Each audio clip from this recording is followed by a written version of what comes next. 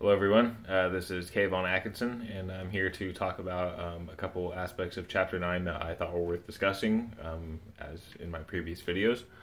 My first question is over control points and critical control points, and is, why is there a difference between a control point and a critical control point?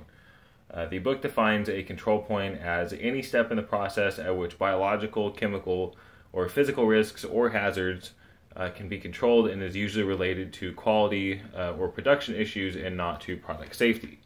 The example the book gives was the screen and magnets in a dry ingredient production facility to remove any, like metal shavings and stuff from in the production process.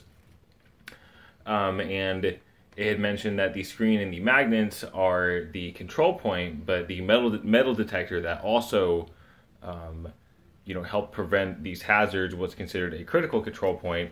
For me at least, they all seem that they would be critical control points, and since they all deal with hazard removal and detection. And I felt this was kind of further supported later on in the flow chart on page 330 over decision trees. It even asks in question 3, is control at the step needed to prevent risk to consumers? So this seems to kind of place the screens and the magnets in, the category of preventing risks to consumers. So it seemed kind of odd that it wouldn't be considered a critical control point as well, but it did later state that the HACCP team, there are disagreements as to what a critical control point is. So I just kind of wanted to get your thoughts on that. And my second question is there was an aspect kind of towards the end of the chapter, and it's, do you all think that two separate HACCP programs, one for microbiological hazard prevention and the other for physical and chemical hazard prevention, would be better than one overall encompassing program?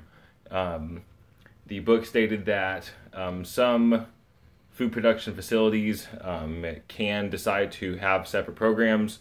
It didn't really go into why. I kind of felt that maybe separate programs, for each aspect could be, there could be more of a thorough analysis of the various aspects of that program instead of just having an overall encompassing program, which may, the procedures and everything may not be as specific. And microbiological testing does entail a lot of, time-consuming efforts, as was stated in the book. So I just kind of wanted to get your thoughts on that as well. And just, leave your comments below, and thank you.